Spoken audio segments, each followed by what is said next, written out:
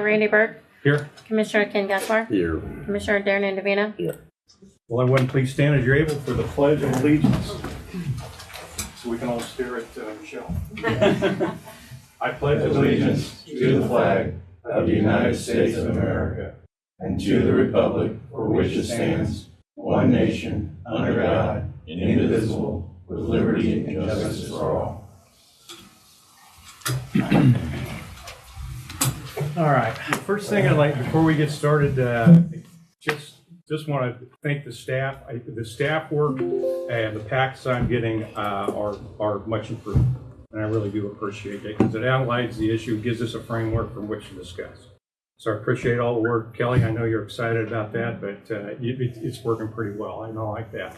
The second thing is there is a comprehensive plan meeting with the commission at noon today at the casino, and I will be there. So about 11:45, and Mickey, you're going to go as well. Yes, We'll need to adjourn somewhere around 11:45.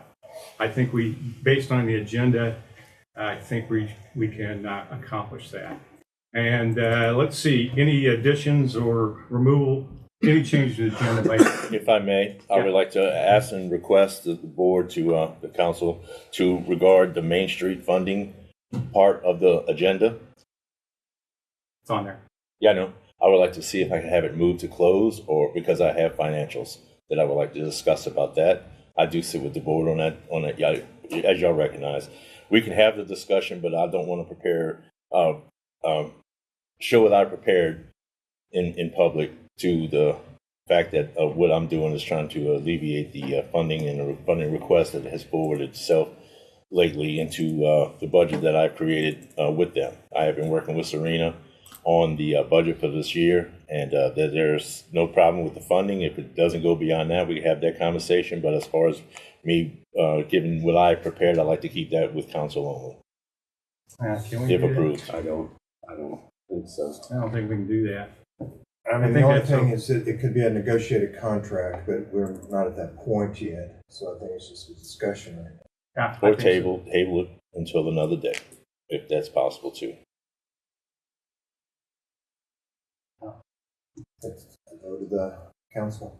I don't know. Table it for I really would like to present it because of the severity of the numbers to be presented. I would like to see if I could just have it with closed session and council only. I don't think we can do it in a closed session. So you want to table it until when? I'm prepared to give it. I just I still have a meeting Monday with Mickey and this part of the this and the Chamber of Commerce and more. we're just discussing, right? We're not deciding. We're discussing. The discussion is fine, but as far as laying out the proposed ethics, I just wanted to not make public. Well, I don't think we can keep that. Yeah, I don't think we're ever going to avoid it. We can't keep Okay, that but out if of we can public. keep, It's okay, then I public just won't present that part of it. If that's fine, we just have the discussion. I just don't want to put the numbers on the table at this time. Not that it's not prepared, but it's just the fact that I would like to see if I could have this conversation privately or in closed, with the council before we present it. Simply. I don't think we can do that. Okay. Well, that's So fine. close, no, but he's making a recommendation to table it. So I understand. Okay. Yeah. Okay.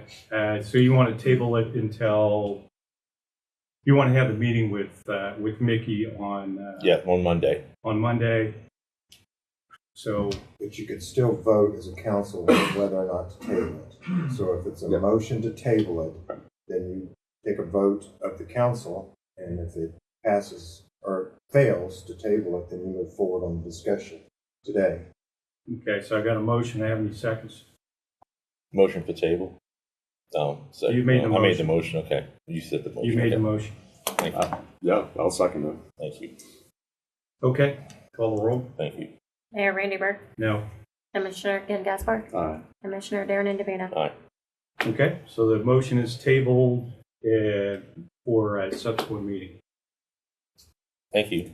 All right. Let's go on to regular business. First one, Kelly, I'm going to let you read these off because I'm not a good reader. Okay. Discussion regarding Stockton Lake Agreement. All right. Who we have with us there on the other line? Robbie, can you hear us?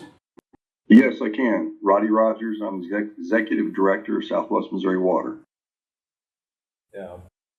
Roddy, I had him get on this morning to kind of help if there was some deep dive into it. Roddy has been with, he's with City Utilities before he became our director, and he's been with this organization since its inception, which was in what, about 2005 or 6, was it around then?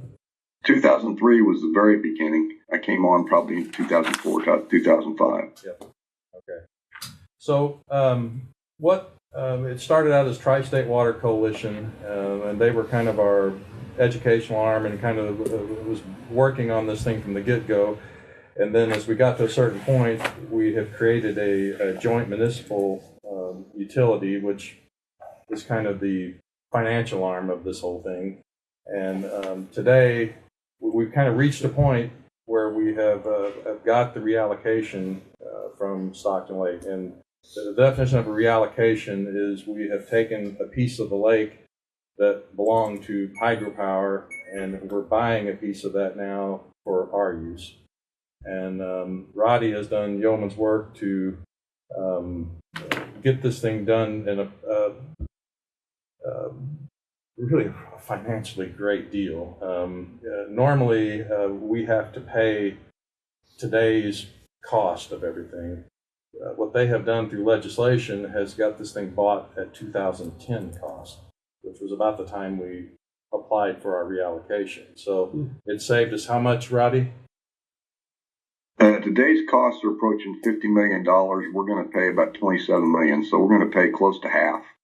Less. Oh, Yeah. okay. So where we're at today, and also, Roddy, do you want to talk to them a little bit about the multipurpose fund and what we're working to try to get some money from the state to kind of help offset some of the remaining cost? Sure. I might add too, as far as the process, we made a request for this in 2003, and it took 7 years for the Corps to get funded to do studies to tell us what the answer would be, and then it took 7 more years to do the studies, and then 3 more years of review. So it's been 20 years in the making, and to have this approved is a really it's a cornerstone. It's a really good accomplishment for us. But as Skip said, we also were able to get some legislation that gets us this at 2010 prices. The core policy says that they got to do it in 3 years. Well, it's taken them 20, so that's why we were able to go back. So we've got that at close to half price. But I've also made a submittal to DNR on them helping fund this, and they've said that they will help fund it. The details aren't clear yet, but I have submitted for a down payment of $10 to $15 million, and then helping us make the annual payments too. So the cost of that I quoted you could be reduced by as much as half again. So DNR's been a really good partner. They paid for a lot of our studies, and they have said that they're intending to help us pay for this reallocation too. So right now, the estimated annual payment would be $53,000. So I mean, as Roddy says, it could be up to half of that. So. Well, we're not worried about tomorrow with water. We're worried about 10, 20 years in the future. Because right now we rely on groundwater, on wells. Yep. And it costs about, $250,000 just to drill? Just to drill the well. And when you get down there, you may not have any water. Yep. And so the second part of this is we know drought. And what's the language in this contract? It is for a drought, the worst in history, which I don't know, was back in the 50s, about the time they dammed up Table Rock Lake, the White River for Table Rock Lake. So what it does, it ensures our future at an annual cost that's much less than us trying to drill more wells. Yep. Okay, and I'm assuming your plan is to still go through the water treatment plant, or based on the turbidity, it depends on the water we get down here, right? Yep. Okay. Yep. There would have to be some upgrades to the plant at that time, but yeah. And I think a bigger thing too is Roddy has made the point that this has taken nearly 20 years to get done. So you do things like this now when you don't need it. You know, as you said, we're doing it to be ready when we need it, not at that point, oh my God, it's going to take 20 years to get it, you know. So this is exponential higher cost. Yeah. Today's water problems were solved 30 years ago, and that's what we're doing now. So what I'm asking, you don't have to approve, but what will be on for you guys to look at the council meeting is a resolution to basically authorize, whether it's Mickey or whoever you want to set up, or the city administrator, to sign documents to put us into agreement we're going to pay for our reallocation. Yeah. Yep. You ready to Skip. Go ahead, Roddy.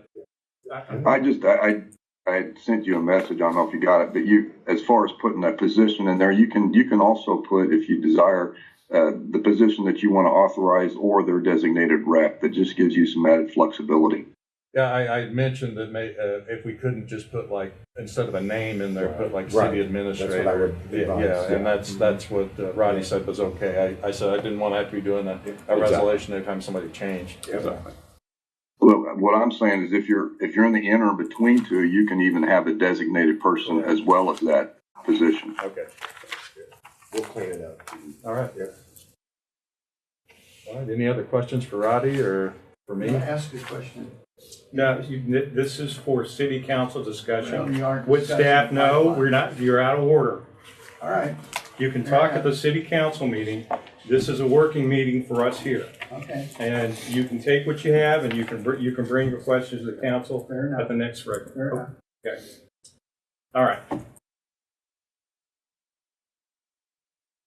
Anything else? I think that's it, right? Yep. That'll be presented May 8th. Yep. Okay. Roddy, thank you for setting in this morning. I appreciate it. You bet. If you guys have any other questions or anything, please just let me know or give me a call, Skip. All right. Thank you, Roddy. Thanks, Rodney. You bet. Bye.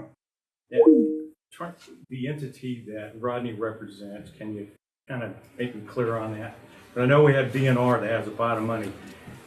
Who's he represent? He is our executive director. Joplin, City Utilities, Monett, Nixa, I think maybe Willard, Ozark. We're all in a group. It's similar to like what we're in with MQA. It's a joint municipal utility. We formed it so we can, as a discussion you guys were having with bonds, to be able to have tax exempt bonding to fund this project. And so he leads that organization. Okay. For us. All right. Yeah, I And probably that's should ask that question up front. Who are we talking to? besides Rodney? No, we're actually a member of it, and we're represented on the board. So Okay. Any other questions on item A? Thank you. all right, nice and quick, just like you Yeah. wanted. Thanks, Skip. All right, let's go on to item B. Kelly? Discussion regarding special counsel. And Mayor, these next items are all just awareness items. This is an item that we've been talking about individually, but this would be special counsel for especially economic development projects that would enhance the city. The person that I would be bringing on May 8th is Joe Lauber. He runs the Lauber Municipal Law Group. He covers several municipalities across the state of Missouri. He's been involved in some very high-profile economic development for cities. He's served on the board of directors for the Missouri Main Street, but on May 8th, we would be bringing a formal resolution that would enter into an engagement with Mr. Lauber. And so this is really just awareness, unless there's questions. Because if we start doing economic development, we got to make sure we got the legal boxes checked. That is correct. Okay. That's correct. Somebody could be complicated and certainly beyond, I think, beyond your ability, I think. But Beyond my I didn't mean to say No, that out loud. yeah, you did. So, yeah. And it's true. So, all right, that's all I have on that, unless there's other questions. Yeah, so we'll be voting on this By resolution. By resolution. Yes. Okay. Because it's an administrative act. All right. Let's go on to item C. This is really regarding our code enforcement. BOCA has been working on code enforcement diligently and just looking for a process, and we're still in that process. But this is really part of getting that done. So in your packet, I put a lot of the codes that are really relevant to what we're talking about here. Some pictures around town. That's not a specific area of town. That's across Monett. So Boca, city prosecutor, city attorney, Sarah Weber, myself, we've all been in dialogue and discussions about the process and how can we enforce our codes across the city. Nuisances or code violations work through a defined process, and it's generally citation, response by the citizen if they respond. If there's not, a second notice is given, and then you try and abate it. And you either do that through the court system or a process, right? So that's really what we're talking about today, is how do we continue this process? In your packet, again, I gave you a timeline. We want to be slow in this. We want to make sure what we're doing is right. We want to make sure that we give citizens fair enough warning. We've got the citywide cleanup coming up. We want to use that process within the city. But I think overall, we just need to clean up some areas of town.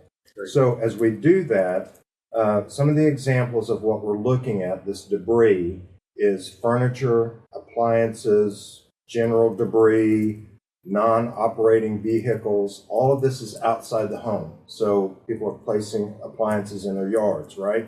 So we want to make sure that if those sit there, if it's a code violation according to our codes, we want it removed.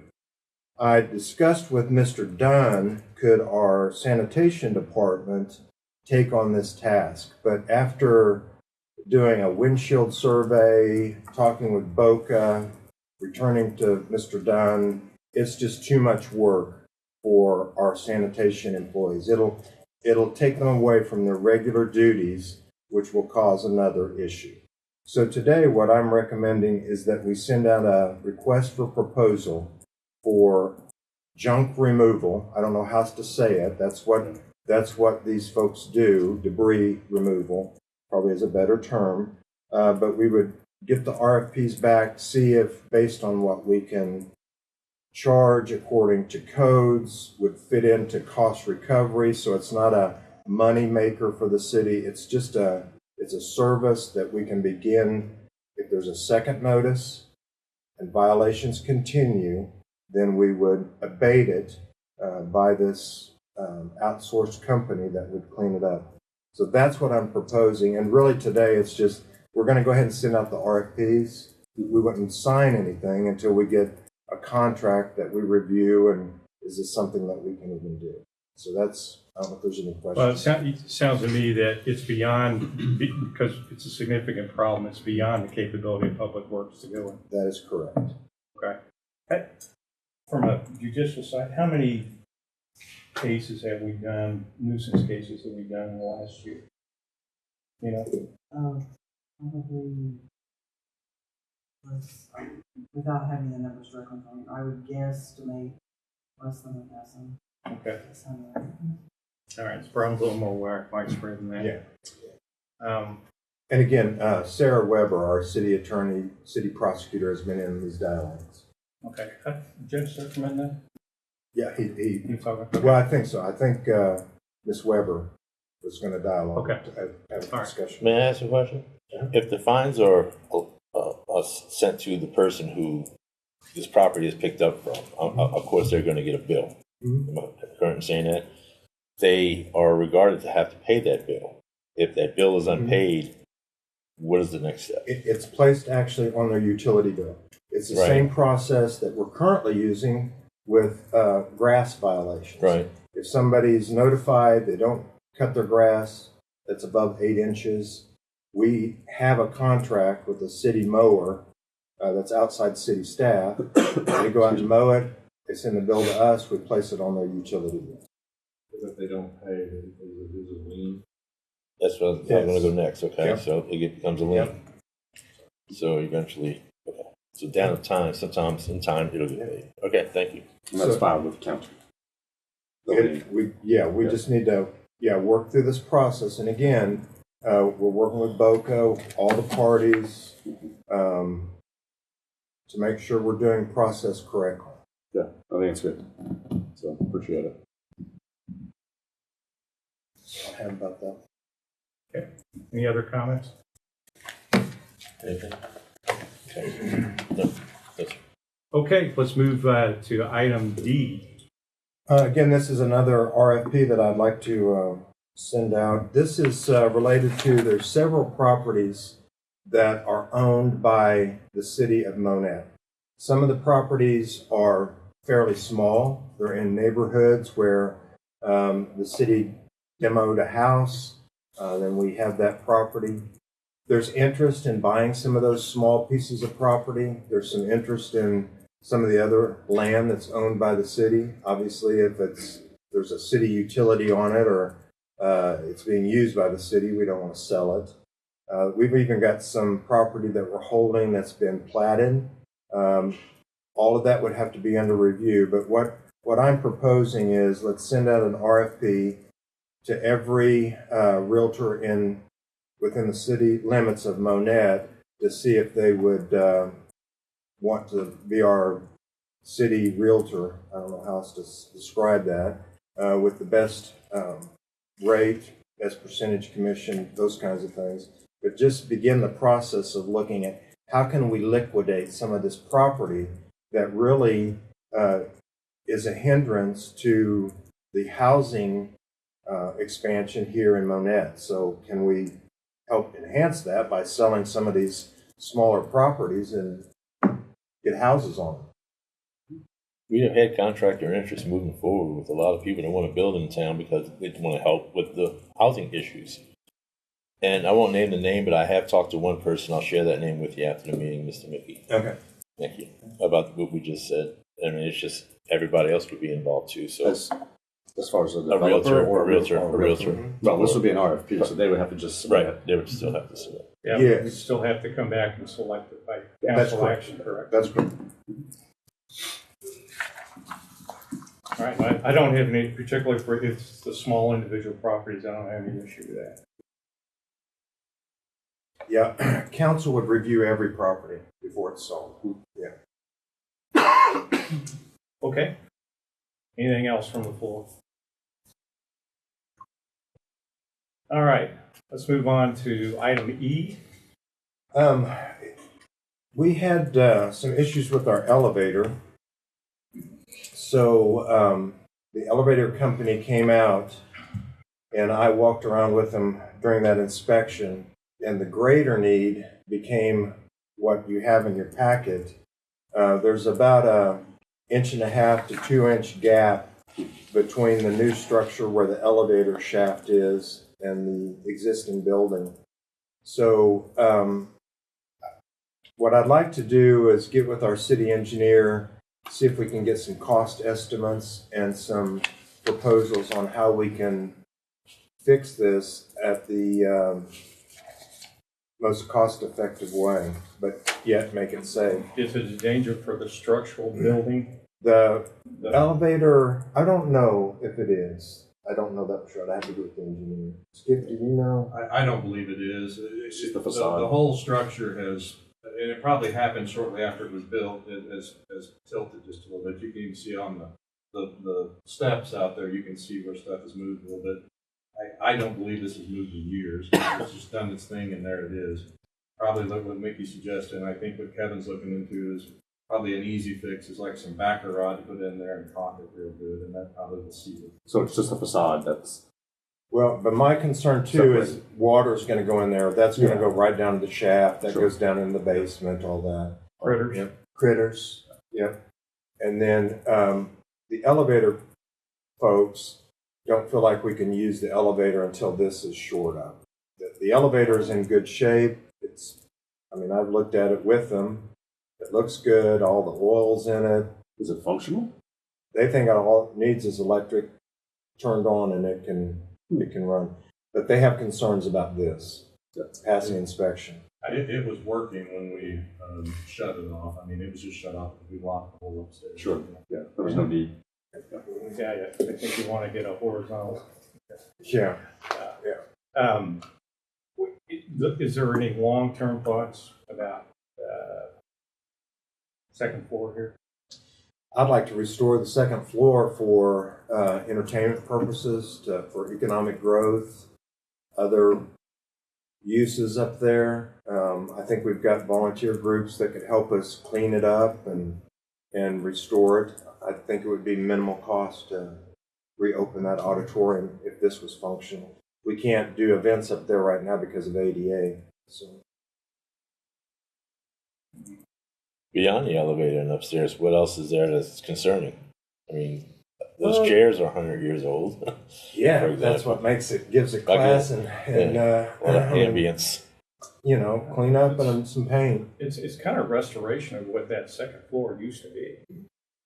And it didn't go out of service bit. I had hoped that we would renovate the second floor for office space and council chamber and things like that. I mean, the city has the Performing Arts Center. Right. I know that, you know, not saying that there was no need or desire to restore upstairs back to its old glory. I just don't know the long-term commitment to this building and the growth that we're seeing in staff, and the office space in this building is not conducive to, I believe, what we really need. Certainly, I would agree with that. Long term, we may want to, if we could use the auditorium at a very minimal cost for a while, do that. Yeah. And then if we're going to move into renovations, or if we're going to move in, if we're going to do some other plan.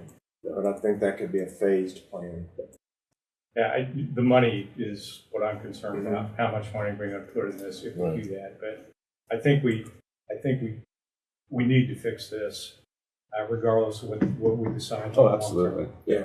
Yeah, I was actually, when I saw the agenda line item, City Hall renovations, I actually got a little excited about that. You thought officers were going exactly, upstairs. Yes. Nope, we're going to fix that crap. Okay. I get it. Come back to earth. So, and again, we wouldn't do anything until we took it to council with a proposal, contract, probably bids, you know, all those kinds of things. But this is really an awareness. I'm not even sure we're going to move on this by the May meeting. This is just an awareness issue. Okay. All right, any other questions? All right, no discussions, informational items. The one thing I want to emphasize, and I think is, Excuse me. For citizens, not just in Monett, but people who live or work in Monett, to take the comprehensive plan survey. It takes about 20 minutes. I know, Mike, you've done it, you've posted it several times. I've done a video on my YouTube channel. And I think, has there anything come out in the newspapers yet? Because I know you can't. I know the Monett Monthly has done a post on it, and Murray included a link in this week's article about the city. Yeah, we're looking to get about 1,000 surveys, and at last check, we had about 210 surveys. And we'll talk about this at the comprehensive plan meeting out at the casino on what else we can do. Young people, we get Dr. Drake, and I think he's already started doing some of that stuff. But for the rest of Monett, let's go ahead and take those surveys. It takes about 20 minutes. All right, and the next city council meeting is going to be the 8th of May, 6 o'clock in Monett School District Boardroom. Do I have any motions to the conclave or a closed session? Closed session. Okay. Be a closed session. Yeah, make a motion to move into closed session. I'll second. Call the roll. Mayor Randy Burke, Yes. Commissioner Ken Gaspar, Aye. Commissioner Darren Indovina. Aye. All right, thank you all.